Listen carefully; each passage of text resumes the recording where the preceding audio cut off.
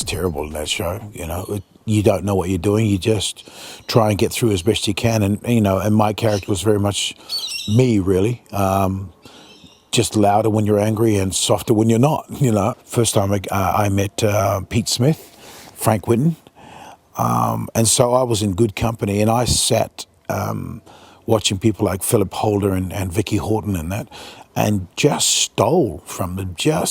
All of their techniques and that. It's just you felt like a squirrel. You just stood there and just, I'll do that. And when he does this, he puts his hand, And it's like most things, it was, very much like stealing people's clothes. They just didn't fit, the idea in the cut was great, but they just didn't fit. And so you realize really quickly that you had to take the essence of this out. And I wasn't clever enough then.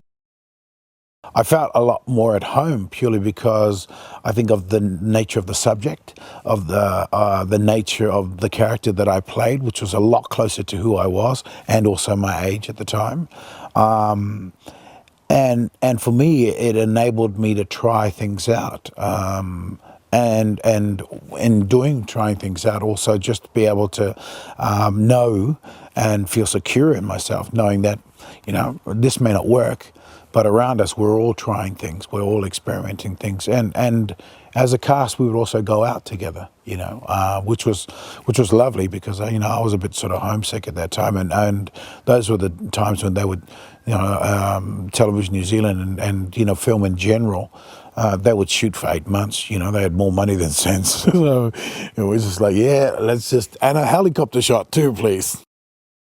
Marlin Bay was great because, I wasn't playing a colour, I was just playing his brother, and it was also a really great storyline, and for me it was challenging. It was great and challenging purely because of that fact that I had to grow up. I had to actually learn lines and speak them properly and have an idea as to the beginning, middle and end of something. I really liked it. I think it was ahead of its time. I do believe that it finished because people were going, well, this is going so well. What else is going around here? It's like most things. If something is going so well and you don't need much to prod it along because everybody's working together so well, what else should we reinvent the wheel? Some brain box always does that. And sure enough, you fall over with great actors, great stories, and everyone dissipates because, now they have to, recreate characters and reintroduce them. And so, it was a pity. I had the pleasure of being the first bad guy, and it was at that time in my career where I was starting to toy with characters, and I wanted him to be sort of deliciously bad. I didn't, I knew he was going to be bad, but I just wanted to play against that because I always thought, why would Xena fall in love with somebody who's just, a sore head all the time? So, I found that the character and the writing of the character was great in that they allowed me to play against the whole thing, to smile and to be suave at the same time, plucking someone's eyeball out, and those are the great characters to play. And Lucy was stunning. I do remember the first scene we did was when she came in and I was about to kill the villagers, and then, and I slapped one of the villagers and the door opened behind me, and I'd never seen her in a costume. And I turned around and she called out Draco, and I turned around, I looked, and I forgot the next line because she looked these blue eyes, but she looked stunning. She, and she's a great credit and a great girl, but she looked fantastic. They said, all right, this is what happens: is you'll come in, you'll grab the radio transmitter, and you'll call out because there's a boat, the Black Opal, in front of you, and you're going to tell them to stand to, and then we'll cut. So I come into the cabin, grab the mic, and go. So they went, and action, came in, grabbed the mic. VKG Sydney Water Police to Black Opal, stand to. I say stand to. This is the Water Police. Kick, and all you hear is, this is the Sydney Water Police. Could you identify yourself, please? And we went, cut. The Marine coordinator came in and went, the grey one is ours, the white one you can't touch. It was a coming of age for me, really. It was the first time that I really truly felt that I could lead a cast, that I was clever enough to remember lines and say them, but also to break a character down and understood from a rhythm point of view how he interacted with his others, especially Jodie, who was played by Catherine Kennard, and to be able to represent who I was as a Samoan as well. I quite liked him. I thought he was a bit of a maverick himself. And, you know, if it wasn't for the people around him, he would never get anything done.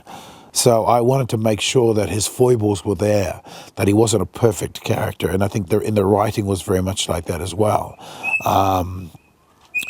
I truly enjoyed playing the role, and I think that, you know, I would have loved to have created and continued him. But, you know, but as we continued on, it took a different sort of bent. The writer said that how it came about was that there were two characters that they amalgamated into one, and then as they were writing, they go, you know, well, what does he do and what is he like? And the head writer would go, he's a bit like Jay Laga'aia. Does this, not that I know what that means, you know, does this, you know, and that's how they banded it around until the point where the character was almost cooked. And they went, well, what are we going to do? He says, well, why don't we ask him? Just ask him. I never knew how big it was. They have over 100 million viewers a day, which I can't even count with my shoes off. When we go to Palm Beach, where, you know, the Summer Bay is, do exteriors and that, we're just constantly inundated with tourists from around the world. Working with somebody like Ada, I mean, she's the ugliest person in the universe. Oh, she's wonderful. She's just great, you know, and it does throw her because I have a children's persona here because I've done play school here for such a long time. This is my 11th year, that when people come and approach us, you know, the kids will come and talk to me about stuff, you know, and the adults will go and talk to her. Originally, I was looked at to do the Django Fett role, but it was difficult trying to find a middle son and a younger son. But then after that, it was very much, I said, well, there goes my opportunity. And they said, look, George has got another role that he'd like you to have a look at. I says, what do you think? And I went, yes. He goes, we haven't shown it to you. And I went, oh, yeah, sorry, yes.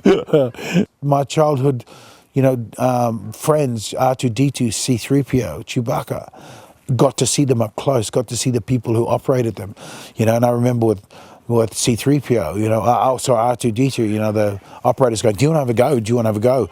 You know, still on a plane remote. And I go, no. I don't want to be the one that breaks it. I think for me, the biggest thrill was getting a toy, you know, having a toy of myself, you know, and knowing full well, people knew full well that, you know, I had been in the room a couple of times playing with myself and the blaster. But that, for me, that was the biggest thrill. And from an actor's point of view, it was really interesting to see other actors' reactions. Oh, you're a toy. All right, now you have respect for me now. Now you like me because I got a toy now. Interesting.